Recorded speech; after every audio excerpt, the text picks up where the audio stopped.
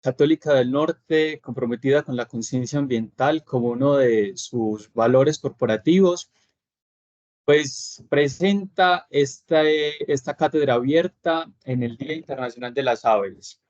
Le damos la bienvenida a Santiago Chiquito García. Él es fundador y CEO de Neotropical Innovation, fotógrafo de naturaleza con formación en producción cinematográfica y es piloto profesional de UAS Drone.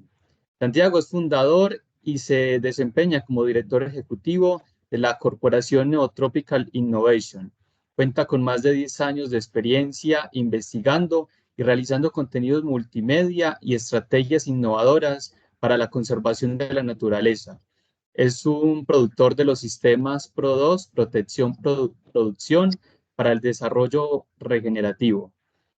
Santiago, bienvenido a esta cátedra abierta. Es un placer para nosotros contar contigo y adelante. José Daniel, muchas gracias por el espacio y por celebrar este día tan especial. Las aves son un detonante de muchas cosas. A nivel personal, a mí me han cambiado la vida y creo que con todo lo que hemos venido aprendiendo del montañerito y otras aves, pues estamos convencidos de que pueden transformar territorios. Entonces voy a compartir por aquí pantalla.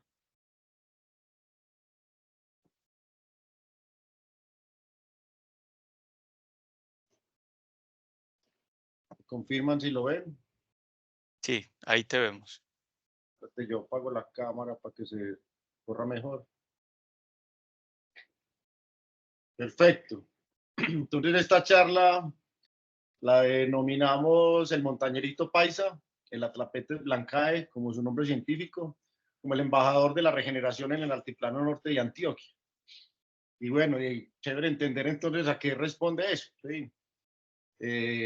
Responde a un capítulo de un libro que con Angélica Díaz, compañera, escribimos y donde condensamos como todo este viaje y todo este aprendizaje que hemos tenido de la mano de la conservación del pajarito y pues todo lo que hemos encontrado en el altiplano, que lo único que nos genera es esperanza y ganas de hacer por ver cambiar una región tan importante para el departamento de Antioquia.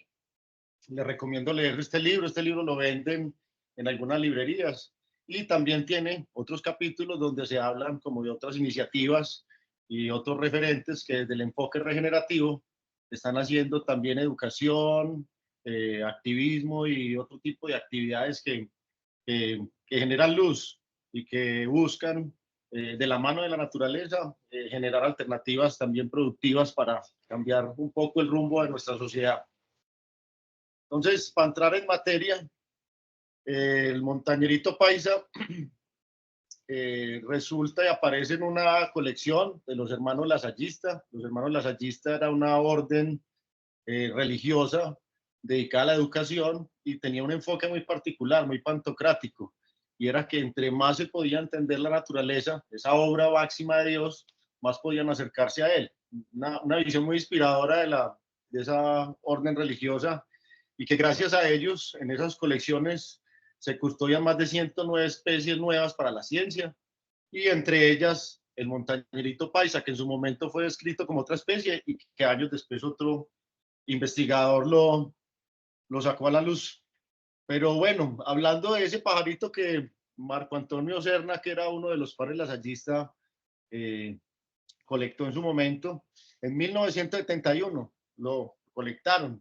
Y en 1971, pues por las mismas épocas, Medellín era un potrero con edificios bonitos y calles nuevas y aeropuertos y pues una ciudad que se venía configurando como una urbe, ¿cierto? Hace más o menos unos 50 años. 50 años después, Medellín ha crecido significativamente y ha logrado una infraestructura natural, un arbolado espectacular, pero nos damos cuenta que no solo es sembrando arbolitos, que se logra tener una ciudad sostenible. Medellín tiene muchos retos en términos de sostenibilidad, más ahora con el cambio climático. Vemos cómo se afecta los temas de abastecimiento y con las fuertes lluvias vemos cómo la ciudad cada vez es más vulnerable a este fenómeno. Obviamente en ese afán de desarrollarnos como urbe, subordinamos un poco también la naturaleza, canalizamos los ríos, las quebradas, y eso hoy genera un grado de vulnerabilidad pues, a todo este tipo de eventos y riesgos asociados al cambio climático. Pero entonces Medellín no puede existir, esa ciudad cosmopolita, la segunda más poblada de Colombia, no puede existir sin unos campos expandidos, ¿sí? Sin unos ecosistemas estratégicos que no habitan su territorio denominado pues político, sino que trascienden sus fronteras y que van más allá de ellas. Y es por eso que más allá de una infraestructura para que Medellín pueda tener agua y todos los beneficios de la naturaleza, Medellín necesita de unos páramos, de unos bosques y de un montón de relaciones con esa naturaleza que lo hacen funcionar, ¿sí? Entonces, por eso hablamos de cultura regenerativa, ¿sí? Necesitamos una cultura, ¿cierto? Esa cultura como un vehículo que nos permita transmitir este mensaje, ¿sí? De generación en generación, y que lo único que busca ese enfoque regenerativo es darnos cuenta de dónde estamos parados y qué podemos hacer con eso que nos rodea. Y pues entender que somos naturaleza, que somos parte de esa naturaleza y que como esa naturaleza tiene una condición de regenerarse, por eso es sostenible. Entonces, aprendiendo de ella y favoreciendo sus dinámicas, vamos a lograr que esto a futuro tenga efecto para las próximas generaciones y demás. Y desde Neotropical Innovation estamos convencidos que con el arte, la ciencia y la tecnología podemos ir mucho más allá como sociedad y construir las soluciones inspirados precisamente en esa naturaleza que nos ayuden a coexistir con ella. Aquí yo creo que en este video se resume muy bien como toda esta mentalidad. Vamos a ir viéndolo y ahorita hacemos una reflexión en torno a él. Video corto. Dear Alice, this place is yours now. It's a handful, but nothing worth doing is easy. The land is more than just dirt. If you look after it, it will feed you forever. You're a smart one. I know you'll be okay, come rain or shine. And remember, a business is only as good as its people, so treat them well. Our job is to plant seeds so our grandkids get to enjoy the fruit.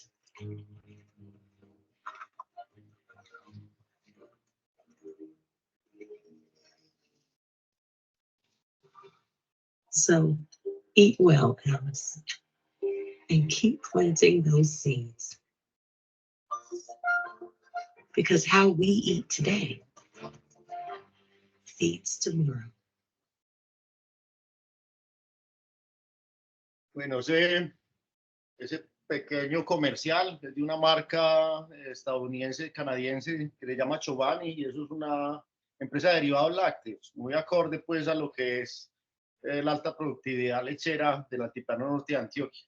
Pero en ese video lo que nos dicen es muy bien todos estos principios de cómo podemos mantenernos en el tiempo como especie, utilizando toda esa tecnología para entender muy bien cómo funciona la naturaleza, integrarnos a ella y potenciar esos bienestares y esas contribuciones que nos genera. Y ahí lo clave es entender que dependemos de ese capital natural, ¿sí? Dependemos del agua, necesitamos los ecosistemas y todo ese entramado de naturaleza que soporta la sociedad y la economía. Entonces, ¿cómo vamos a construir una sociedad y una economía que entienda que la naturaleza es su soporte y que si no la conservamos, pues vamos a tener serios problemas para poder avanzar como especie? Aquí dejo esta frase de Marco Antonio Serna, padre lasallista, que fue detonante de la construcción de la Sociedad Antioqueña de Ornitología, de los museos que hoy existen en el ITM, pues de todas estas órdenes lasallistas y de un conocimiento que hoy en día nos tiene pensando en cómo seguir aprendiendo del altiplano norte y descubriendo todos sus tesoros. Y ahí está el gran reto, es cómo educar para convivir con la naturaleza y poder coexistir con ella. Y aquí entonces volviendo al montañerito, montañerito es Es un pajarito rastrojerito, ¿sí? Muy especial, ¿sí? Porque también hay varios parecidos a ellos, pero lo que más lo identifica es que tiene una corona color naranja ladrillo y pues el bigote que anteriormente lo confundían con el montañerito pizarroso, pues este no lo tiene tan marcado, es como una cualidad. Y pues este es el mapa del altiplano norte de Antioquia, visto pues desde satelitalmente. Y aquí hay un modelo de distribución que hizo Angélica, con el apoyo de muchos pajareros, de muchas buscatones, que son una actividad de ciencia participativa que hacemos, y en donde fuimos reduciendo incertidumbre y donde nos fue diciendo el modelo dónde posiblemente puede haber más intensidad de la especie. Y con esto hemos ido avanzando significativamente en entender que ese altiplano norte de Antioquia, que es el último altiplano de la cordillera central, ¿sí? Aquí abajo vemos a Medellín, que es ese último valle, de los últimos valles interandinos que se formó en la cordillera de los Andes, y pues vemos ese altiplano como, siempre lo hemos visto, es como la primera cuenca lechera de Colombia, la máquina lechera también se le ha dicho, y pues por su productividad, pero se nos olvida a veces que ese altiplano tiene un montón de servicios claves para que la ciudad funcione. Ahí vemos los registros del montañerito paisa. Y en el altiplano no solo encontramos pues los rastrojos y hábitats de montañeritos, sino pues una serie de paisajes entre robledales, palmichales, paramillos y pues los paisajes antrópicos o los paisajes que hemos venido construyendo como seres humanos al transformar esa naturaleza, ¿sí? A intervenirla. Y ahí es donde nos interesa mucho trabajar, porque precisamente ahí lo que identificamos es una desconexión con todas estas especies maravillosas, únicas, porque son endémicas y hacen parte pues como de este lugar único en el mundo, y que estamos muy desconectados con ellos, muchos a veces ni las conocíamos, pero que detrás de eso hay unas relaciones intrínsecas muy interesantes que yo creo que el montañerito nos puede enseñar un poco de eso. Entonces, el montañerito hemos aprendido que come flores, ¿sí? Tanto néctar como botones florales, aquí en este caso comiéndose unos botones de unos epidendrum, que son unas orquídeas muy comunes en esta zona. También come insectos, ¿sí? Sobre todo larvas de lepidópteros, o sea, mariposas o polillas, que pueden ser afectaciones para las plantas. Entonces hace un control de estas poblaciones y puede generar también un servicio interesantísimo para todas estas planticas y demás.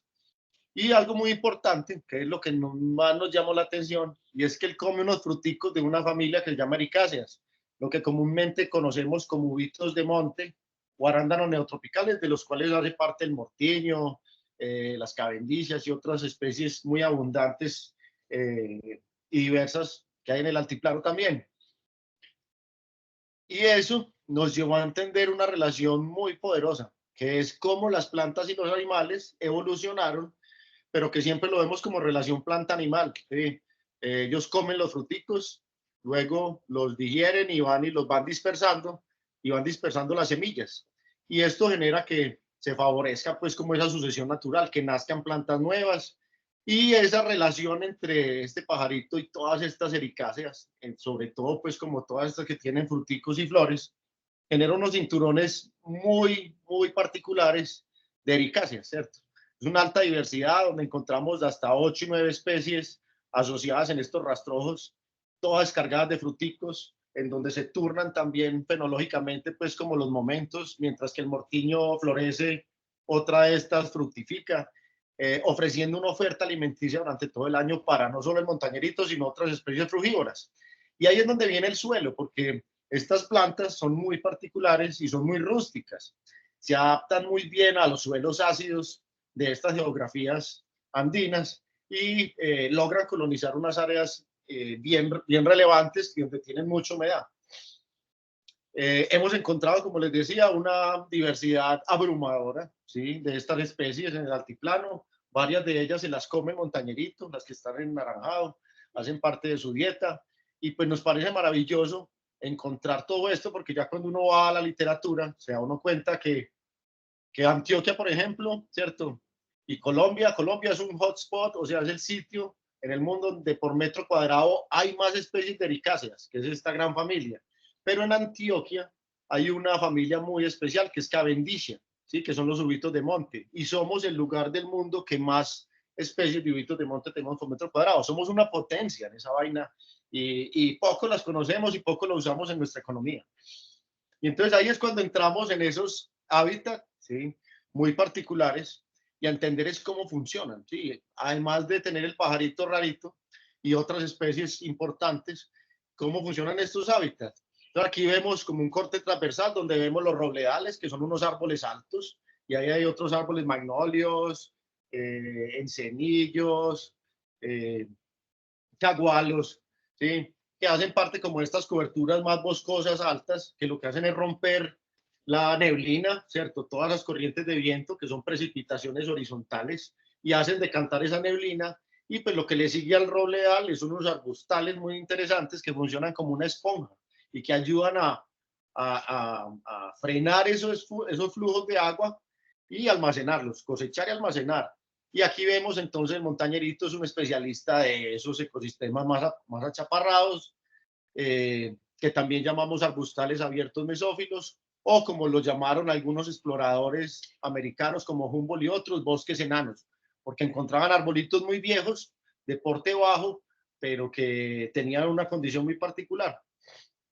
Y lo interesante es que en esos arbustales, que es esa franja anaranjada que vemos aquí en la imagen, donde vemos que el montañerito paisa es como lo que más le gusta de toda esa gradiente entre el páramo y el bosque, esa transición, es lo que usamos tradicionalmente y convencionalmente para hacer usos pecuarios y agropecuarios en el altiplano, ¿cierto? Es la agricultura la que es un poco subordina todo esto y es de las zonas más diversas que encontramos pues en esta naturaleza tan particular.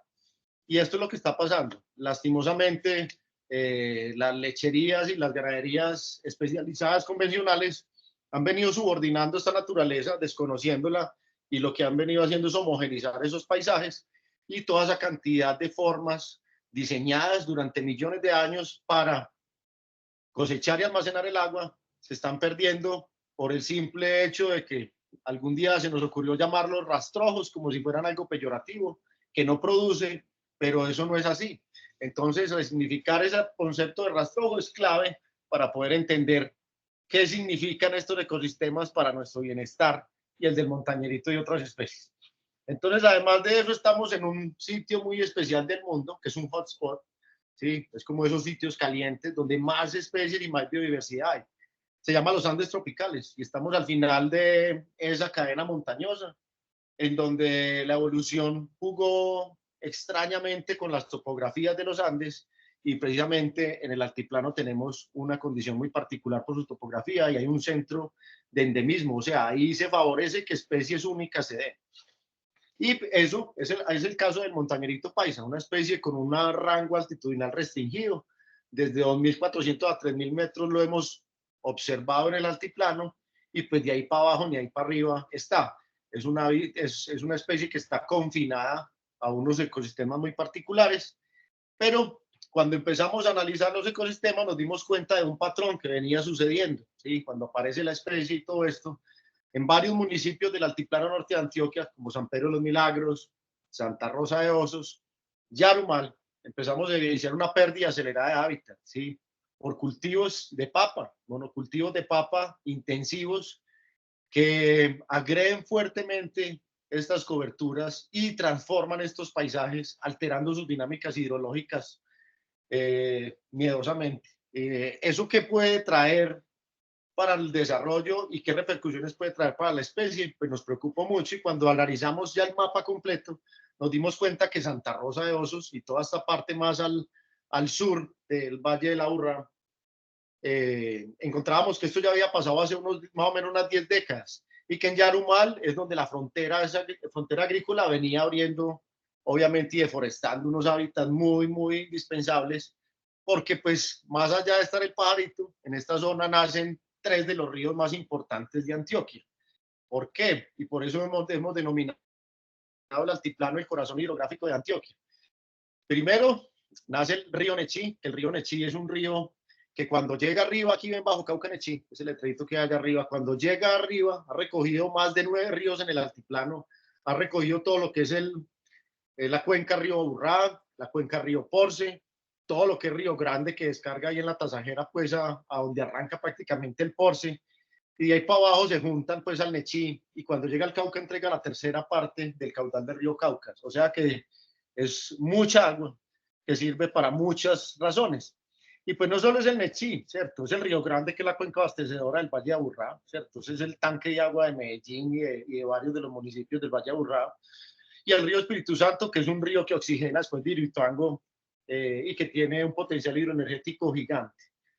Entonces ahí es donde empezamos a ver cómo se relaciona el pajarito con el agua, y nos preocupa mucho porque pues de esa agua depende la industria, ¿sí? La generación de energía, el consumo de agua potable y la producción de alimentos. Pero nos preocupa mucho porque la producción de alimentos está generando y está poniendo en jaque la generación de energía y es agua potable. Entonces estamos evidenciando una pérdida de regulación hídrica. Aquí vemos dónde nace el Río Grande. El de arriba es el río Chocó, el otro es el Río Grande original, que viene de su nacimiento, pero este es el principal afluente, y no vemos ni un solo bosque de ribera. Solo hay un guadualcito por ahí, y vemos todos esos humedales totalmente degradados, vemos la erosión en los ríos, los sedimentos, y pues ese es el agua que nos estamos tomando y con la que estamos generando energía. Pero entonces cuando uno va a ver las cifras, ¿cierto? Y se da cuenta que el 84% de esa agua genera energía para el departamento, y que más de 138 millones de metros cúbicos se mueven de ese embalse para poder surtir de agua potable al Valle de Aburrá, y pues obviamente a toda la productividad del norte, que aquí lo hablan como agropecuario, un 4.8 más o menos. No es mucho lo que gastamos en agua produciendo en el norte, pero sí se está afectando significativamente porque todos los sedimentos prácticamente van a colmatar estos embalses. Y aquí lo vemos desde esa óptica del cambio climático en una fotografía espectacular, donde se evidencia después de un aguacero más o menos de unos 15-20 minutos toda esa pérdida de regulación, ¿sí? El agua ya no hay quien la contenga, y pues lastimosamente pues genera unas inundaciones que son unos riesgos operativos para todos estos sistemas productivos, pero también va a generar unos regímenes de erosión, y todos esos potreros terminarán en el embalse algún día, perdiendo la capacidad de generar energía y almacenar agua.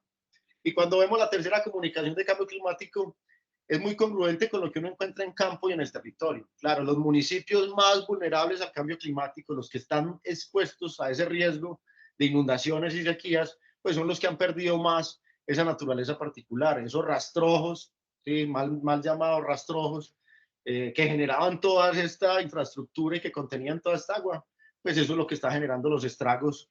La semana pasada en San Pedro una inundación apoteósica. Entonces empieza uno a ver que sí o sí, pues con el surgimiento de estos riesgos de cambio climático, la situación se va a poner compleja para la productividad. Y aquí nos lo hace ver muy bien el Foro Económico Mundial con el paisaje global de riesgos, donde nos dice que esa falta de adaptación al cambio climático está muy relacionada a la pérdida de biodiversidad, al colapso de los ecosistemas, y que eso va a generar unos riesgos sociales, geopolíticos, ambientales, tecnológicos, ¿sí? Como la escasez de agua. Y uno dice, pero es que en el altiplano hay mucha agua, ¿cómo nos vamos a quedar sin agua?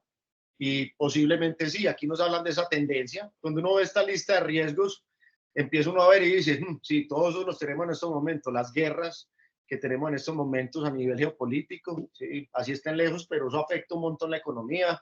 Y vemos unos 3 retos que son esa falta de adaptación al cambio climático, los eventos climáticos extremos y la pérdida de biodiversidad como una constante de los riesgos más graves y que más impacto van a tener. Y aquí lo vemos, ¿cierto? La semana pasada, lastimosamente, en Yarumal se declara una calamidad pública por desabastecimiento de agua potable, y es muy triste porque es como una crónica de una tragedia anunciada. Hace muchos años venimos diciendo estos sistemas productivos intensivos de agricultura, en especial los de la papa, la zanahoria y demás, están afectando unas infraestructuras naturales muy críticas, y prácticamente nos van a dejar sin agua el día menos pensado. Pues ya es una realidad, ¿cierto? Lastimosamente tumbaron unos rastrojos muy determinantes para el nacimiento de agua del Nechí, ¿sí? Este nacimiento de agua también surte el agua de más o menos 5.700 personas, y pues lastimosamente es eso. Cuando ya llevamos 2 semanas abriendo la canilla y saliendo pantano, uno empieza a decir, bueno, ¿qué vamos a hacer? Sí, porque pues ahí está precisamente la tragedia de los comunes representada, en donde alguien tumba por desconocimiento posiblemente, ¿cierto? Pero sin saber las repercusiones que puede tener esto para toda una población. Es increíble que en una zona como Llanos de Cuibá, donde todos los días llueve y abunda el agua, tengamos que estar sacando en camiones y en carrotanques agua del batallón del Víter 4 para poder abastecer el acueducto. Aquí hay que hacer unas remediaciones grandes y hay que empezar a darnos cuenta que hay áreas que no se pueden intervenir con agricultura porque no nos conviene a todos. ¿Sí? Puede que sea muy rentable para el que quiera hacer la explotación, pero eso va a traer repercusiones para toda la población. Y entonces por eso que hay más o menos unos 4 o 5 años nació la iniciativa de conservación del Montañerito Paisa, cuando nos sentamos a pensar cómo podríamos hacer con la conservación de un pajarito, transformar un territorio y enseñar todo lo bonito que él nos venía mostrando de dónde vive y demás. Y desarrollar un concepto muy poderoso, que es ese desarrollo de sistemas pro al cuadrado o pro 2, sistemas de protección-producción, que se fundamenta en una mentalidad muy básica y es sencilla. Entre más protegemos, más podemos producir. Y sobre eso, ¿qué podemos hacer y cómo podemos agregar prosperidad, rentabilidad y bienestar al altiplano norte de Antioquia? Entonces, lo primero hay que conservar el hábitat del Montañerito Paisa. No queda mucho, queda muy poquito. Y nos dimos a la tarea de coger los drones y hacer unos inventarios de todas estas fincas donde veníamos encontrando el pajarito, identificando cuáles eran esos rastrojos, ¿sí? Y cuántos rastrojos podíamos tener en toda esta zona norte del altiplano. En más o menos unos 6 meses que duró toda esta correría, logramos mapear más o menos unas 5.000 hectáreas, ¿sí? Pero al mismo tiempo que mapeamos nos dimos cuenta que en 6 meses se perdió el 8% de esa área y que eso venía acelerándose pues obviamente por todo este fenómeno de los cultivos. Y aquí nos dimos a la tarea y dijimos, bueno, no hay que actuar rápido, tenemos que proteger áreas. Entonces arrancamos en varias lógicas, ¿sí? En crear reservas naturales, conseguir unos recursos y unos apoyos internacionales para poder adquirir unos predios y poder asegurar esos hábitats. Y también empezamos a hacer con diferentes frentes unos acuerdos de conservación. Entonces, con el batallón, ¿sí? Con una plantación, ¿sí? Con de la empresa Dexco, que anteriormente era Duratex o Tablemac. Ellos hacen una labor espectacular. Ahorita vamos a ver algo. Entonces, con plantaciones, con fincas lecheras que venían entendiendo la importancia de todos estos hábitats y de estos rastrojos, con el batallón, que es una reserva natural única, ¿sí? En esta zona, queda protegidas por la actividad que ellos hacen. Santa Juana, que es donde sacan el agua de Yarumal, que es una reserva espectacular, ¿sí? De donde viene más o menos el 80% del recurso vital de los yarumaleños. La reserva del nacimiento del Nechí, ahí tenemos unas fincas alquiladas y protegidas porque sabemos la importancia que esto tiene, con apoyo pues de algunas otras organizaciones, y el sueño hecho realidad, que es la Reserva Natural del Montañerito Paisa, con muchas barreras increíbles a veces, pero convencidos de que esto va a ser un centro experimental para el altiplano norte de Antioquia, donde vamos a poder demostrar cómo la conservación puede ser el negocio más rentable para todos los negocios del altiplano. Y entonces así fue como también dijimos, bueno, ¿y qué hacemos con todo ese conocimiento que estamos creando, que está apareciendo, que está emergiendo? Y pues dijimos, pues eso hay que compartirlo y hay que enseñarlo. Finalmente, solo conservaremos lo que amamos y solo amaremos lo que se nos enseñe. Y yo creo que eso es muy importante. Entonces ya he hecho una tarea en dos frentes particularmente.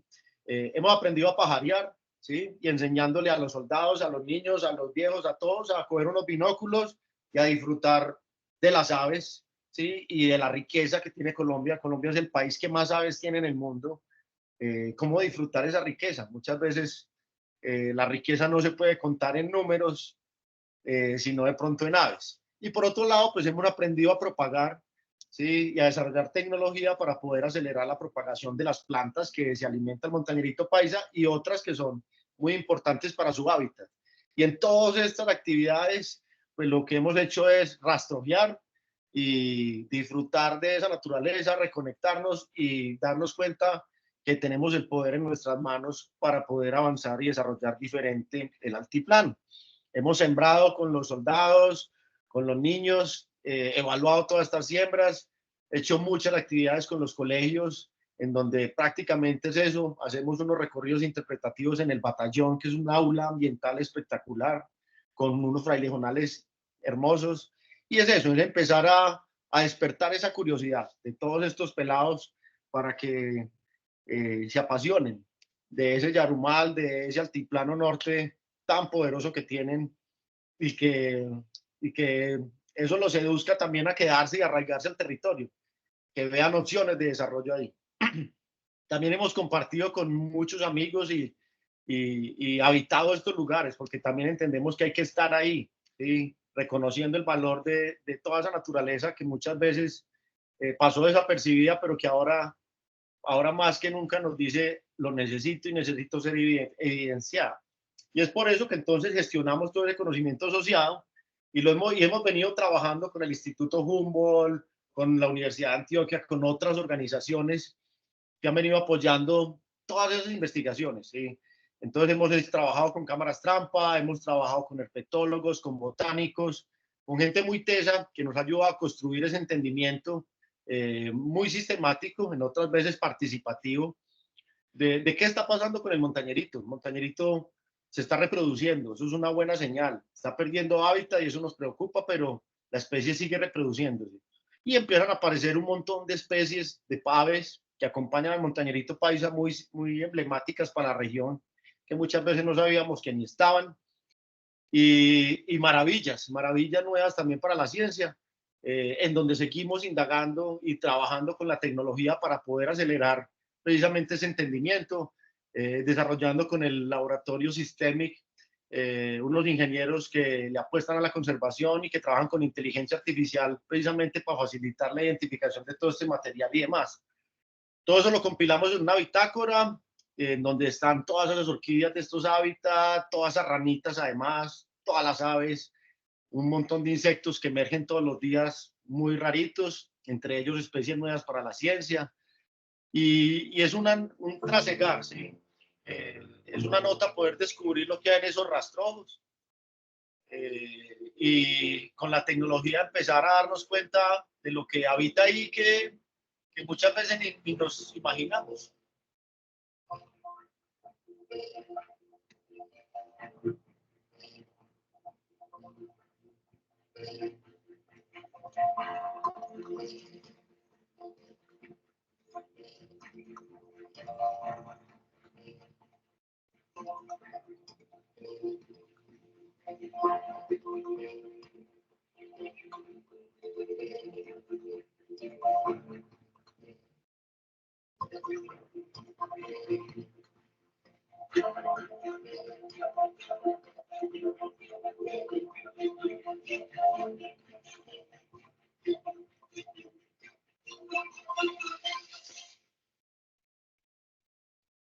Y entonces eso, lo que les contaba. Entonces, pues ponemos muchas cámaras trampa, pero entonces procesar esas cámaras a veces, toda la cantidad de información es complejo.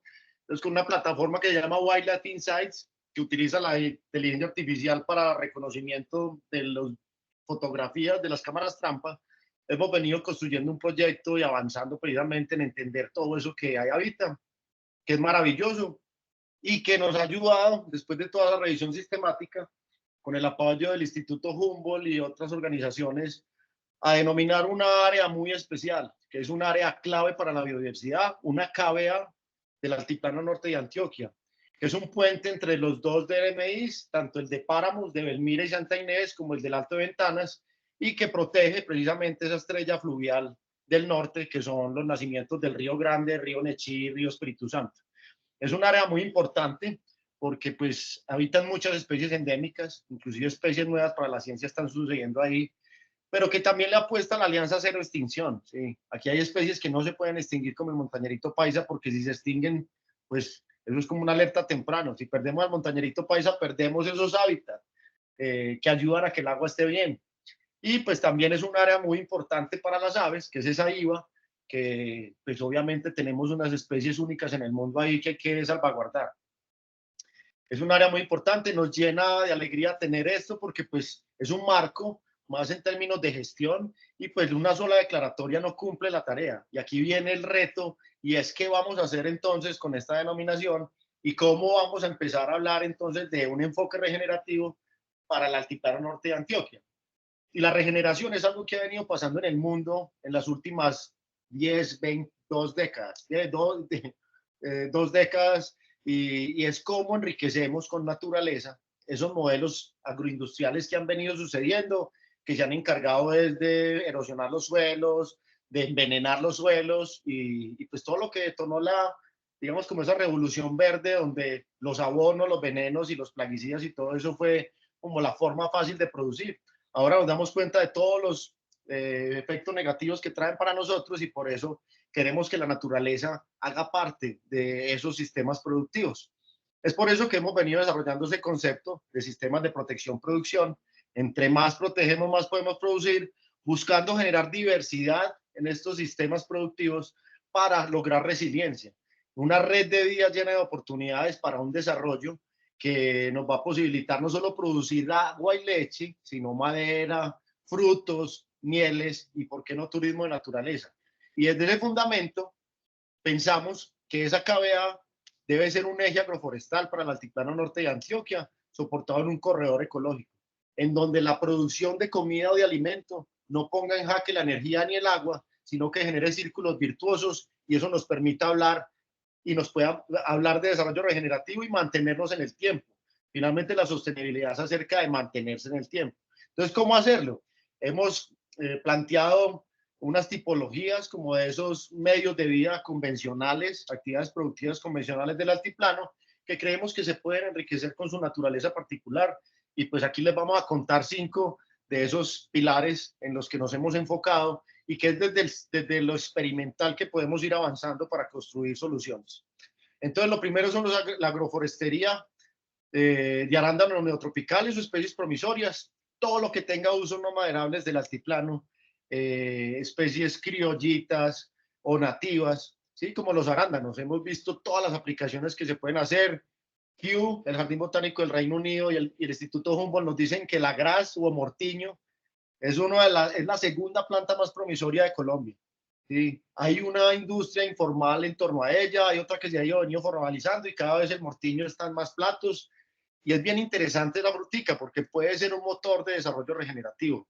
Con nuestra cocina artesanal, que es parmesano y todo fresa, hicimos un menú de conservación que nos permitió llevar a platos de un restaurante y a la mesa productos muy sofisticados, unos postres muy ricos, mermeladas, y nos permitió que varios de esos recursos pudieran ir a la reserva, construir el vivero nodriza, un vivero donde se produce material vegetal para hacer restauración y para que también tenga esa condición productiva. Sí, aquí tenemos, pues miren todos estos mortiños que hemos venido sacando en estos viveros, desarrollando pues como todas estas técnicas de propagación vegetal y con Postobón, Cuenca Verde y otras organizaciones hemos estado haciendo intervenciones de restauración y enriquecimiento de hábitat para lograr ver cómo se desarrollan pues todos estos sistemas y avanzar en la conservación del montañerito paisa desde sistemas de protección, producción. Entre más protegemos, más podemos producir. Ahí pasamos a la ganadería. Para hablar de ganadería regenerativa de trópico alto, es muy importante entender que se puede producir leche, carne, agua y sus derivados.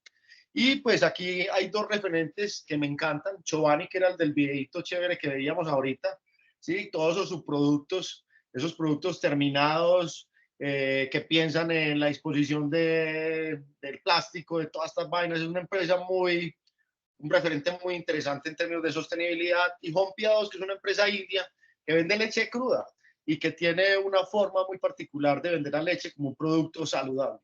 Y aquí cabe nombrar obviamente a Coganar. De la mano de Acoganar, hace varios años ya venimos hablando de regeneración y nos soñábamos poder tener para el trópico alto una propuesta de ganadería regenerativa y la hemos encontrado.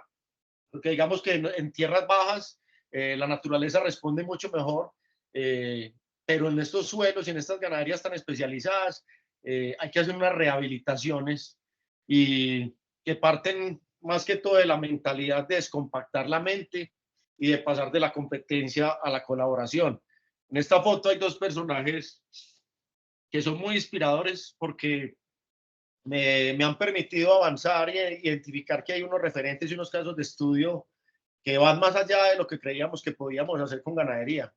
Entonces aquí los ven en una pradera polifítica, como jocosamente decimos las praderas de Heidi, y aquí está Andrés Cardona y José Gildardo Arbeláez, 2 ganaderos que son de admirar, porque tienen la tecnología que va a transformar el altiplano y va a llevar la ganadería a otro nivel. Con ellos hablamos de praderas polifíticas, una ensalada para las vacas, diferentes fuentes de nutrición, y pues aquí al lado derecho vemos en verano una pradera de estas frondosa, llena de formas, llena de insectos, llena de vida, y las vacas comiendo con mucha voracidad felices y aguantando unos veranos muy duros como el que acabamos de pasar. Es una ganadería que le apuesta a no depender de los agroinsumos o agrotóxicos, sino a construir biofábricas para poder entender cómo replicar la magia del suelo, los microorganismos, todas esas relaciones, y que también conserva razas criollas. Aquí tenemos los cerditos sanpedreños, que cuando hablamos de ganadería no solo hablamos de vacas, ¿sí? La ganadería también pueden ser cerdos, pueden ser aves de corral, y todo eso pensado, articulado a la naturaleza, puede traer mucha mayor rentabilidad, no solo para el productor, sino para toda la naturaleza y todos los seres que dependen de ella. Y lo más importante, ¿cierto? Estar ahí en los potreros, estar monitoreando, mirando los pastos, entendiendo las raíces, reconociendo esos suelos vivos, entendiendo y bajándonos del miedo de las colarias y de esas plagas, o mal llamadas plagas, que son desequilibrios ecológicos. Y ese constante estar compartiendo todos estos conocimientos para poder hacer esto una realidad. Hablamos de ganaderías de leche, pero viene pegando fuerte el tema de carne. Aquí abajo tenemos Brangus, aquí arriba tenemos Angus Lowline, y un grupo de personas muy apasionadas que sinceramente quieren que esto cambie y que la ganadería sea esa solución para conservar la naturaleza. Aquí pasamos a las plantaciones forestales con impactos positivos en biodiversidad. Hay varias plantaciones grandes, las grandes todas están bajo este sello que se llama FSC, el Forest Standard Council. Es espectacular los principios que tiene FSC, y ver cómo desde un mercado y desde responder a la venta de madera legal se pueden tener unos efectos impresionantes en la biodiversidad. Entonces, hemos estado monitoreando estas plantaciones, se han hecho unas parcelas con los drones, y lo interesante es, más allá pues como de todo lo que hemos entendido de lo que puede suministrar esta tecnología, es la capacidad que tienen la naturaleza de regenerarse. Aquí vemos como en un año, en un área que se aprovechó de pino, cerca de las vías, la naturaleza solita coloniza esos rastrojos. Cuando entra luz a las plantaciones, colonizan las plantaciones y generan unos hábitats temporales muy favorables para las especies. Ahí lo interesante sería es entender cómo desde el mismo diseño de las plantaciones se puede tener plantaciones mixtas y otras cosas que ayuden a fortalecer la conectividad entre estos corredores para las aves, mamíferos y demás, y a generar inclusive otras fuentes de ingreso, como nos lo muestra aquí, ¿cierto? ¿Qué otras fuentes de ingreso puede generar producir madera legal y estandarizada en FSC? Entonces tenemos fondos para la conservación, tenemos todo el tema de créditos de carbono, ya se vienen los créditos de biodiversidad, se puede hacer turismo en esas plantaciones. En esas plantaciones hay unos hábitats únicos en el altiplano, hay unos frailejonales que solo están allá, azonales muy bonitos, muy particulares, con especies muy raras, y pues todo eso puede pasar al interior también de una plantación, y pues no desconociendo lo del uso no maderable, pues todo lo que pueda pasar ahí en términos no maderables, que realmente es un montón de fibras, un montón de frutos que pueden empezar a enriquecer la economía del altiplano. Y lo que les decía es eso, es como romper un poco la caja y empezar a pensar cómo el monocultivo es de pronto más que un problema, algo que no es natural. Entonces, ¿cómo hablamos de plantaciones mixtas? ¿Cómo podemos generar estos sistemas de drenaje sostenibles, enriqueciéndolos con sistemas de protección-producción, en donde una plantación produzca toneladas de madera, ¿sí? Pueda producir otros temas no maderables asociados al pino, como sustratos y demás, pero que también pueda producir toneladas de fruto, como mortiño y uvitos de monte, o papayuelas, o curúas, porque pues, en el altiplano tenemos muchas frutas que no hemos logrado consolidar como economías y que pueden ser determinantes para sacar adelante la economía pues, rural. Y pues recogiendo todo esto, pues es una realidad que se viene para el altiplano norte, como ha pasado en el oriente, un conurbanismo, se vienen las parcelaciones, se vienen las urbanizaciones, los barrios, los cascos urbanos empiezan a crecer, Y pues esos cascos urbanos carecen de biodiversidad, carecen de naturaleza, de arbolitos, de antejardines. Entonces aquí es un poco como, venga, esto era un potrero, puede seguir siendo potreros, pero es una finca que va a ser mucho más confortable para las vacas, pero en unos años, cuando llegue ese urbanismo acá, pues esta finca de pronto va a rentar más para hacer un tema residencial, ¿sí? Entonces esos lotes o esos potreros pueden ser lotes para hacer unas casas de recreo o de vivienda espectaculares y ir ganándole tiempo al tiempo, ¿sí? Es empezar a construir en las fincas esa narrativa y esos paisajes, ¿sí? Ese valor paisajístico que buscan ahora mucho, pues cuando venden un proyecto de estos inmobiliarios, una parcelación. Entonces dicen la reserva del bosque, el nombre del árbol, el nombre del pájaro, pero va uno a ver y son puras pineritas. Pero no, tenemos muchas especies, más de 200 especies de árboles. Es increíble que con eso no logremos hacer unos paisajismos que empiecen a hablar también de, como hablaban en los jardines de Babilonia, del lujo. Sí, esos jardines hablan de eso. Y van a ayudar a mantener el agua ahí, ¿sí? A hacer mucho más confortable el vivir en estos ambientes, no como tradicionalmente lo hemos hecho en las ciudades, que es evacuar el agua rapidito, pero ese tema de endurecer los suelos y demás, lo que ha hecho es que se aceleren los flujos y seamos más vulnerables a las inundaciones.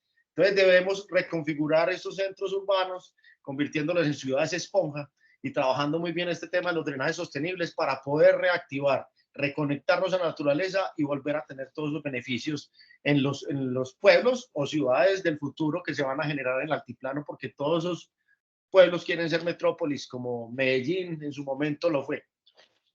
Y aquí paramos por ese último pilar que es el turismo científico de naturaleza, o como lo queramos llamar. El turismo es el culmen económico y así lo veo yo, ¿cierto? Es un resumen y es un recoger de toda esa gastronomía, de toda esa cultura, de toda esa economía. Y pues este es un referente que me encanta. Este es un hotel muy lujoso en Ecuador, donde se hace mucha investigación y donde todos esos servicios y todo ese lujo que venden y comida rica que venden allá da para sostener todo esto y poder avanzar en conservación. Nosotros tenemos que ofrecer las especies en el altiplano, cómo responder a estos turismos a un turista que paga $1,500 el día por actividades en naturaleza, por comer rico, por conocer la cultura, por ver todo esto que se conserva y pues para allá vamos, ¿cierto? Y no solo es como sitios donde ofrecer turismo, ¿sí? Sino creérnosla en términos culturales, que todos nuestros desarrollos en Llanos de Cuiabá quieren hacer un aeropuerto. Entonces, va a ser el aeropuerto de Singapur y es un jardín botánico. ¿Cómo empezar a llevar esa naturaleza, ¿cierto? Ese valor que hay en la naturaleza y inspirados en esa naturaleza a enriquecer todas esas obras de infraestructura y a volverlas precisamente unas odas a eso tan particular y bonito que tenemos. Entonces, ¿cómo construimos esas narrativas poderosas que pues llevar un aeropuerto en Llanos de Cuiabá, que la gente quiere ir a conocer ese aeropuerto por lo particular y espectacular que puede ser, y tenemos una naturaleza que con seguridad lo va a hacer. Los hoteles más lujosos del mundo en Singapur empiezan a incorporar la naturaleza en sus diseños, en sus paisajes, y eso empieza a ser relevante para el consumidor final también. Y pues viene pasando. En Santa Rosa hay un hotel con el que hemos venido trabajando, se llama Estación Vive San José, que no solo es hotel, sino restaurante, y empieza a dinamizarse, pero a mí me encanta es que ellos cogieron precisamente el Montañerito Paisa como su emblema, como su logo, y hasta en las toallas está marcado el Montañerito, allá hemos hecho las buscatones, allá llegan los turistas que han empezado a visitar el tema de las reservas, el batallón, y a venir a conocer los pajaritos raros que tenemos en el altiplano. Y ha sido espectacular ver cómo la gastronomía, cómo un montón de labores empiezan a sumar a ese tema de operación hotelera ligado a un pájaro. Y pues no solo tenemos el pajarito, el montañerito paisa, de aquí para abajo, ¿cierto? En la cordillera tenemos otras dos especies muy emblemáticas que hacen parte de esa bandeja paisa de las aves, ¿sí? Que es el arrierito paisa, que está en tierras mucho más medias, ¿sí? Y el cucarachero paisa, que está en límites con el río Cauca, pues, y en esas tierras bajas, en los bosques secos digamos, de la cordillera central. Y otras especies que vienen apareciendo. Entonces, lo que tenemos es esos tótem y todo ese valor rarito que tienen los pajaritos Aquí tenemos pues como los primeros senderos y lo que venimos haciendo en las reservas, una especie nueva que estamos describiendo para la ciencia, empezar a interactuar con ellas y lo más importante, que todo el mundo pueda conocer una especie nueva para la ciencia y que pueda conectarse pues con todos estos bichitos que a veces son difíciles de ver. ¿Por qué? Porque en este territorio tenemos mucho valor, ¿sí? Y ahí es cuando vamos a los ancestros. Entre Yarumal y Angostura encontraron el Poporo Quimbaya.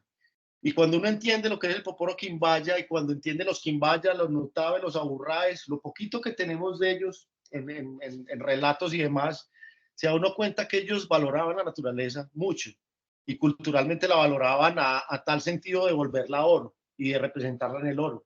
Y esa capacidad de representarla en oro fue lo que permite que toda esta información como libros abiertos, todas estas figuritas de oro que hay en el Museo del Oro en Bogotá y seguro enterradas en muchas huacas en el altiplano norte de Antioquia, pues representan esa naturaleza y es entender que para ellos eso tenía valor.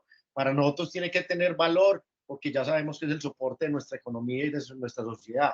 Y me gusta mucho cerrar con esta frase, ¿cierto? Los antiguos habitantes de la cuenca del río Cauca y los alrededores del Valle de Aburrá convirtieron las lluvias en cosechas, el sol en calendario, las piedras en esculturas, el algodón en tejidos, las peregrinaciones en comercio, las cuevas y montañas en templos, los cerros en necrópolis, los jaguares, las aves y las serpientes en inspiración.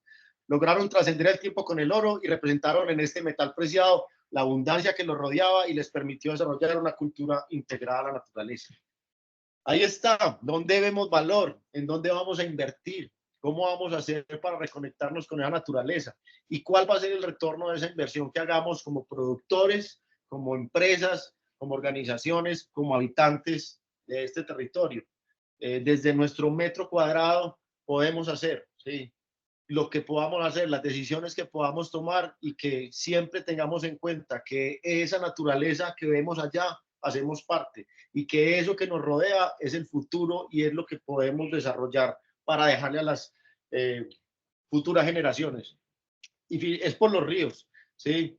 Es por el río Espíritu Santo, inmenso, es increíble este río, el potencial hidroenergético, hay que aprovecharlo sin someterlo y sin interrumpirlo, pero yo creo que la energía hidráulica hay que aprenderla a hacer, no con presas y esas vainas, que yo creo que hay mucha tecnología que nos sirve para eso. El río Nechí, yo creo que es de los ríos más importantes de Antioquia, si no es el más. Es espectacular y cómo lo hemos agredido tanto arriba en sus partes altas como en sus partes bajas con toda esa minería y con las paperas, porque se relacionan mucho las paperas y la minería. Y pues el tanque de agua de Medellín, que es la cuenca Río Grande, Río Chico, ¿sí? Que es el agua de un montón de gente y un montón de industria y el desarrollo y la energía del desarrollo también del departamento de Antioquia. Entonces vuelvo al corazón hidrográfico de Antioquia. Es por eso que conservamos el Montañerito Paisa, sus hábitats, y es por los ríos, que tarde que temprano, pues para mí son el propósito y la inspiración. Y en Neotropical, pues nos interesa mucho es precisamente entender la naturaleza y esa infraestructura natural que soporta los ríos como algo determinante para el día de mañana. Porque aprender de los ríos que no saben de orillas y tarde que temprano entienden que son la tierra, el cielo y el mar. Muchas gracias.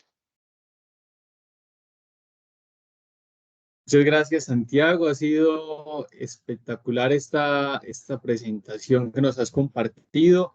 Es muy valioso ver cómo alrededor de la conservación del Montañerito Paisa se entretejen un montón de transformaciones, no solo a nivel ecológico, sino también social, económico, gastronómico, de turismo y demás. Muchas gracias. Esta es una iniciativa digna de admirar y de replicar en muchos lugares. Muchas gracias. No, lo que les decía, el Montañerito es inspiración, ¿cierto? Y por eso lo denominamos en ese capítulo como el embajador, porque detrás de él se ha como descubierto y se ha abierto una puerta maravillosa a todo ese mundo oculto que estaba en el altiplano. Y precisamente nos ha mostrado no solo que la naturaleza está ahí, sino que la necesitamos y que podemos hacer. Y es por eso que hacemos y creemos que la ganadería es una solución, que las plantaciones forestales tienen que seguir existiendo, porque si no, ¿dónde vamos a sacar la madera? Y que la agricultura tiene que cambiar y tiene que volver a enamorarse del suelo, de su biodiversidad y de todo lo que esto conlleva. Santiago, ¿cómo enamorar al campesino que está trabajando en su tierra? ¿Cómo enamorarlo de la conservación, de que lo que hay en su finca es importante, no solo a nivel económico, sino que, pues, que va más allá? ¿Cómo Pues, enamorarlo de todo esto? ok, José, te cuento, es muy importante que trabajemos como en esa primera infancia y en los jóvenes, en que entiendan dónde están parados y que, pues, que están parados en una naturaleza también única y rarita, y que eso puede tener alternativas de desarrollo. Pero yo creo que lo que más podemos hacer es trabajar en un desarrollo precisamente que dignifique la ruralidad, ¿sí? Y yo creo que ahí se dignifica la ruralidad también en generar rentabilidad y mejores ingresos, ¿sí? Hoy en día vivimos unas economías en el altiplano muy preocupantes porque pues la lechería no es tan fácil y trabajar el campo no está fácil, ¿cierto? No es rentable muchas veces trabajar el campo. Entonces yo creo que el amor ahí va un poquito de que suene también la registradora, porque entonces cuando vemos los pelados se quieren ir es para la ciudad, porque me voy a quedar trabajando y matándome como mi papá allá en la finca, cuando en la ciudad me puedo por lo menos ganar un mínimo. En el campo a veces ni eso puede pasar. Entonces sí creo que hay unas brechas entre la ciudad y el campo y tenemos que dignificar el campo y tenemos que invertir en el campo porque nosotros en Colombia y en Antioquia tenemos esa oportunidad de producir recursos y productos muy interesantes que trascienden las materias primas. Entonces, ¿cómo pasamos de producir solo leche y empezamos a hacer quesos, empezamos a hacer yogures de mortiño, de curúa, de las frutas que nos hacen particulares y que son dignas de esta región? ¿Sí? Entonces, yo creo que también es un poco eso. Yo creo que hay un reto económico gigante y es cómo traducimos toda esta conservación en el mejor negocio para todos. Yo lo digo así, conservar la naturaleza es un negocio, porque es que si nos comemos el capital natural, eso es como cuando uno tiene en la cuenta del banco 1.000.000 de pesos y uno va sacando y no le vuelve a meter a eso. Eso es lo que pasa con la naturaleza. Si agotamos la naturaleza como pasó en Llanos de Cuiabá con el acueducto, eso tarde que temprano pasa la factura y eso en rojo el cajero no le vuelve a soltar una plata si se acaba. Sí, y eso pasa con la naturaleza. Lastimosamente nos estamos dando cuenta ya tarde. Creo que todavía hay forma de revertir esos fenómenos, pero nos va a costar. Y restaurar y recuperar esa naturaleza va a ser va a ser un reto grande en términos de infraestructura y así lo estamos estado viendo con los municipios, con las alcaldías, con los ingenieros, ¿sí? Porque es eso, estamos pensando en hacer vías 4G para conectar a Colombia y que todo funcione, pero si la naturaleza está interrumpida, la naturaleza muchas veces es como la columna vertebral del territorio. Y cuando uno se quiebra la columna vertebral, pues uno deja de ser muy funcional, posiblemente hasta deja de caminar o queda parapléjico. Y eso le está pasando a los territorios del altiplano norte y el norte de Antioquia. Lastimosamente se les está fracturando esa columna vertebral que es vital y pues estamos empezando a ver los efectos, riesgos que se están materializando ya como la pérdida de ese recurso vital. Muchas gracias, Santiago. Nos pregunta Gloria que cómo pueden conocer esto, cómo pueden conocer aún más a profundidad esto, cómo pueden contactarlos, vincularse. Bueno, pues nos pueden escribir a Neotropical Innovation y neotropical@gmail.com, también neotropicalinnovation.org o en las redes sociales. Nos buscan en Instagram y nos pueden escribir por ahí. ¿Cómo pueden conocer? Pues estamos desarrollando esos sitios interpretativos. En el batallón hay un espacio muy, muy chévere, pues como para hacer recorridos interpretativos, pajarear, conocer lo que hacemos en los viveros, entender la propagación de los frailejones, que también es muy chévere, que todos los ya han venido haciendo, y la palma de cera que se ha venido haciendo con los soldados. Entonces nos llaman y cuadramos con tiempo, porque hay que pedir pues el permiso de autorización para entrar al batallón y demás, pero allá puede ser espectacular para ir con grupos de colegios, adultos mayores, mejor dicho, para todos los públicos se puede. Y más adelante tendremos un sitio muy especial en la reserva del Montañerito Paisa, donde vamos a tener alojamiento y donde va a haber unos circuitos de avistamiento, donde se van a poder disfrutar todas estas aves y conocer ese vivero nodriza, que es como una fábrica de arbolitos, que es espectacular también conocer eso de primera mano. Allá vamos a tener las colecciones botánicas también más representativas del altiplano, porque tenemos todos esos subitos de monte en todas sus versiones, ¿cierto? Y pues que pues, esas floraciones y esas fructificaciones son dignas de conocer. Uno muchas veces las encuentra por ahí en el monte, pero ya tenerlas y poderlas manifestar como a modo de sistema productivo va a ser increíble. También allá pueden conocer huertas, demás, y pues también si se quieren vincular a temas de voluntariado, cuando empecemos a hacer siembras masivas, pues eso es lo que vamos a necesitar mucho apoyo y sobre todo si tienen todavía rastrojos, ¿sí? Esos rastrojos, finca que tenga rastrojos es una finca que tiene un lujo, yo lo digo así, esos rastrojos quedan muy poquitos, en esos rastrojos posiblemente hay montañerito paisa, y si hay montañerito paisa hay formas de trabajar y de alguna forma también bajar algunos recursos de pagos por servicios ambientales y otro tipo de iniciativas que empezamos a conectar que nos ayudan también a poder hacer conservación y lo más interesante es a futuro poder tener fincas lecheras que produzcan mortiño, ¿sí? Tener unas mortiñeras, no monocultivos de mortiño, sino rastrojos productivos en donde, como encontramos en la naturaleza, hemos encontrado árboles de mortiño de hasta 70 kilos por cosecha. Sí, unas genéticas impresionantes que uno dice 70 kilos por cosecha, un arbolito. Entonces imagínate tener 300 o 400 por hectárea. Eso son varias toneladas por hectárea. Y eso es lo que no estamos viendo, que se puede producir así silvestre, que es lo más interesante, sin tener que poner invernaderos, bolear veneno, un montón de costos innecesarios. Entonces es aprender de esa naturaleza que se está extinguiendo lastimosamente en el altiplano y no perder esa oportunidad. Entonces, finca que tenga rastrojo, que quiera sembrar mortiño, ahí tienes la oportunidad. El mortiño, como lo estamos sembrando, se demora entre 3 y 4 años en llegar a un pico de producción, pero como dice el refrán, los chinos tienen que sembrar un árbol, ¿cierto? Hace 10 años era importante, sembrarlo ahora es muy relevante y eso se va a demorar y nos vamos a demorar en reconstruir toda esa infraestructura que se está perdiendo, pues, a pasos agigantados por tractores que no dimensionan el valor que hay. Genial, qué bueno que, como decía una de las frases que mostrabas, podamos descompactar la mente y pasar de la competencia a la colaboración.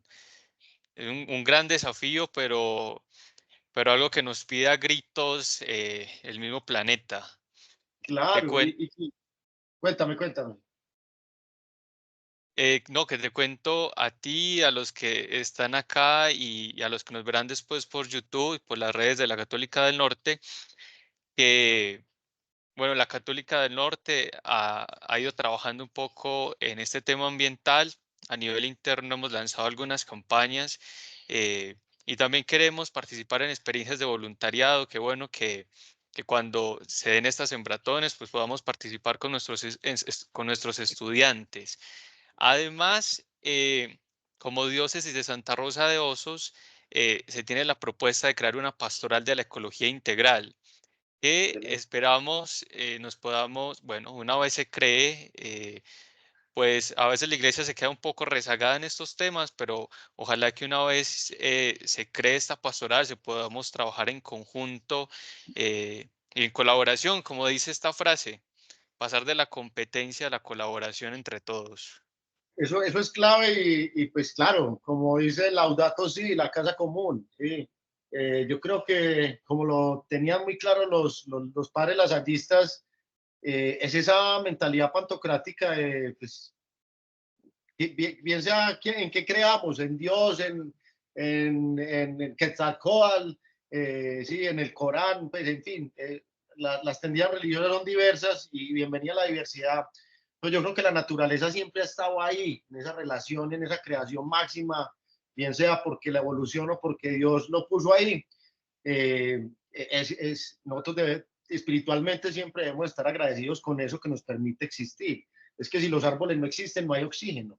Si los árboles no existen, no hay agua. Si el agua no existe, no existiría nada de lo que concebimos como vida y biología. Entonces, yo creo que sí es muy importante trabajar pues como en todos los frentes y claro, todos estos voluntariados, más adelante sería espectacular, José Daniel, que por ejemplo ahí en la universidad pudiéramos hacer un pequeño arboretum, una colección de todos esos ubitos, de todas las especies emblemáticas del altiplano, la palma de cera, hasta frailejones. Ya sabemos sembrar frailejones y pegan súper bien. En estos días rescaté como 120 de una papera y aprendimos a trasplantar frailejones y allá los sembramos en la reserva y pegaron muchos. Entonces yo creo que sí, nos toca es como romper un poquito el molde, desaprender un montón de cosas, descompactar la mente y pasar de la competencia a la colaboración. La colaboración, cuando uno entiende la berraquera paisa y toda esa pujanza antioqueña, fue a través de la colaboración del empresariado, de los arrieros, sí, la colaboración nos hizo desarrollarnos como antioqueños y yo creo que ahora más que mirar para la finca del lado a ver qué está haciendo el otro, a ver cómo me gano más plata que el otro, venga, no tenemos plata para montar una biofábrica, montémosla entre 3, 4 fincas, nos juntamos y empezamos a tener infraestructuras comunes que nos permitan también apalancarnos y batear la dinámica económica. Yo creo que ahí es donde hay que trabajar. La evolución del ser humano está más basada en la colaboración que en la competencia.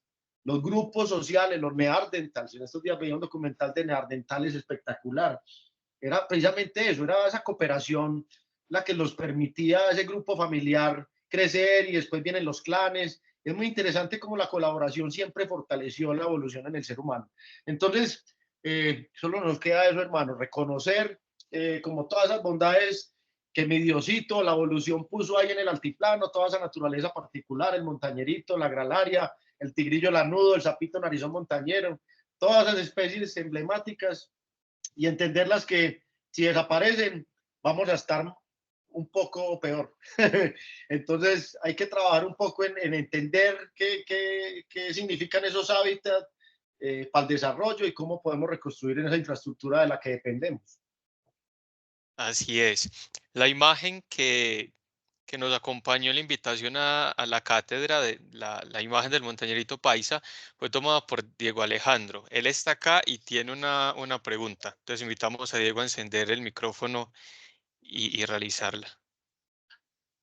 Muy buenas noches para todos.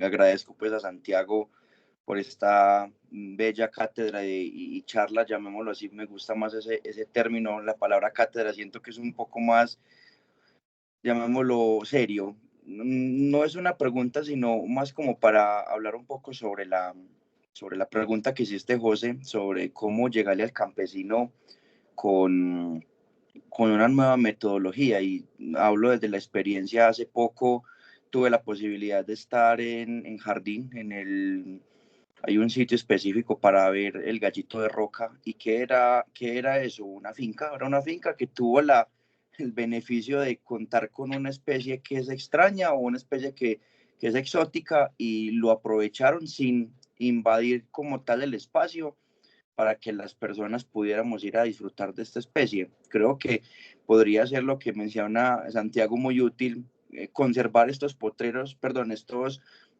rastrojos, y que una persona logre identificar básicamente que en su finca tiene o lo visita el montañerito, como lo mencionas. Tuve la posibilidad de conocerlo aquí en el pueblo, cerca a la universidad, lo logramos avistar. De hecho, estaba la familia completa, tenía el pichoncito, la hembra y el macho, que inclusive me pareció un poco complejo, porque como no se han avistado otras especies, vamos a empezar a ver temas de posibles problemas genéticos, porque ellos van a empezar a reproducirse entre ellos mismos, o llamémoslo de pronto con otras especies. Se va a perder de pronto este tema más de pureza en la raza, en la especie. Pero realmente creo que una forma muy útil de llegar a un campesino es esa, es identificar qué tengo yo de diferente a las demás fincas, como lo dice Santiago, y explotar eso, explotarlo de buena manera. Si en mi finca llegan, por ejemplo, créanme que soy fanático de las aves, por ejemplo, un barranquero, que es de las aves más conocidas en este momento, pero uno ver el tamaño, los colores de esa ave, simplemente te llama la atención y es una ave que se deja ver fácilmente. Ahora el montañerito, que de pronto es un poco más escaso, imagínate vos contar con esa especie o el beneficio en tu finca, eso se puede organizar y armar directamente puro turismo ecológico. Sí, total, el turismo de aves, te digo, en el mundo mueve millones de dólares. Sí. Cuando uno ve los estudios de mercado que se hicieron hace 3, 4 años aquí en Colombia por Audubon, solo Estados Unidos tiene más de 44 millones de pajareros. ¿Sí? Que estarían encantados de venir a conocer el montañerito paisa. Y eso lo hemos empezado. Inclusive dentro de la foto que logré captar, la subí en un grupo a nivel de Latinoamérica de red de observadores de aves y muchísimas personas dicen que encontrar una ave endémica, digamos a estas alturas de la vida, por todo lo que está pasando y conocer directamente una especie de estas es casi que un privilegio, hablando pues entre redes de observadores de aves, porque no es lo mismo vos ver, por ejemplo, el sinsonte, sin demeritarlos, porque como les digo, son todas hermosas, un sinsonte que es mucho más fácil de encontrar, a encontrar una especie de esas que, aparte de ser endémica, casi que está en un peligro de extinción. Sí, total. Es un privilegio y tenerlo en el altiplano más y entender todo lo que hay detrás es precisamente eso, ese es el mensaje, eso es lo que queremos aquí, pues que resuene también y que entienda desde el campesino hasta el productor o empresario. Es como el montañerito es una oportunidad, ¿sí? Cómo conservar esos rastrojos, esos hábitats, son una oportunidad. Muchas veces los vemos como algo que no produce, pero ahí está la agüita. Y pues cuando uno ya va a ver, hay un montón de frutas. Entonces también al campesino hay que llegarle con soluciones y con soluciones que le permitan salir adelante y fácil, ¿sí? Cuando vemos todos los modelos foráneos que nos quieren imponer de salas de ordeño, uno dice, madre, ¿cómo va a ser un campesino para llegar a tener eso? Complejo, ¿sí? Y yo creo que radica un poco como esa debacle económica que vivimos en Colombia y en muchas partes. ¿Sí? Hay que entender precisamente esa diferencia relevante que tenemos en nuestro territorio y cómo lo conservamos y cómo nos desarrollamos desde ahí. Finalmente, la diferencia relevante es lo que nos va a hacer relevantes en un mercado. Sí, pues nosotros vendemos leche, vendemos papa, pero ¿cómo logramos vender la mejor leche y la mejor papa sin agredir la naturaleza? Porque no se trata pues de que demos de leche y papa, no. Es cuál es papa sí, pero no así. Sí. Y leche, pues muchas cosas con leche le pueden hacer, que es lo interesante. Y puede ser mucho más interesante pasar de solo vender leche a vender un montón de subproductos, que obviamente pueden ir con el sello del pajarito, pueden tener un montón de repercusiones en conservación, como lo veíamos con los temas de parmesano, pues, y los restaurantes y sus primas sobre la conservación. Entonces, la tarea está, necesitamos es que nos la creamos en el altiplano norte de Antioquia, que podamos conocer toda esta naturaleza, sentirnos orgullosos de eso y llevarla a desarrollar negocios y emprendimientos que la conserven y que nos hagan relevantes en un mercado, que eso es muy importante.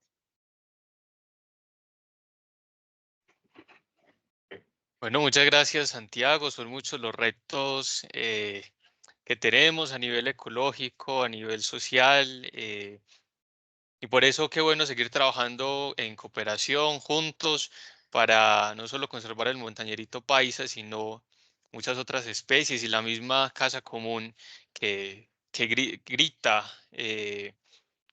por un cuidado y un cuidado que debe ser integral, como lo dice el Papa Francisco.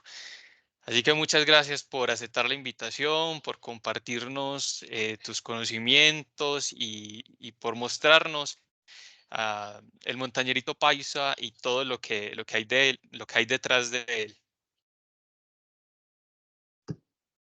Muchas gracias, José. Muchas gracias por este espacio, muchas gracias por celebrar las aves. Y espero que haya sido inspirador para muchos, pues todo este cuento que hemos venido construyendo. Para mí realmente enamorado del altiplano norte de Antioquia, un montañero más, y me siento muy, muy orgulloso de decirlo, porque he encontrado un montón de cosas que le han agregado sentido a mi vida y se han convertido prácticamente en un proyecto de vida. Entonces, es eso, esa es mi satisfacción, poder venir aquí a contarles todo esto que hemos caminado, reconocido, encontrado y todo lo que falta, porque estoy convencido de que vamos a poder hacer muchas cosas más. Cada vez es más gente la que entiende el mensaje cada vez son más ganaderos los que tenemos en el chat, cada vez son más con esa mentalidad de bajarse del bus del tarro y el bulto de veneno y de abono, y vamos a aprender a hacer las cosas diferentes y a conservar la naturaleza, que es lo que el mayor legado que le podemos dejar como herencia a las próximas generaciones. Así es, Santiago, muchas gracias nuevamente. Gracias a todos los que nos acompañaron y los que verán esta transmisión por YouTube.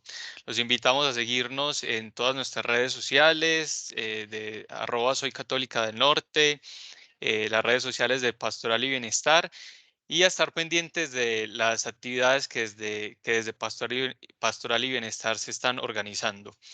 Muchas gracias y una feliz noche para todos. Muchas gracias, que estén bien, feliz noche. Muchas gracias a todos. Feliz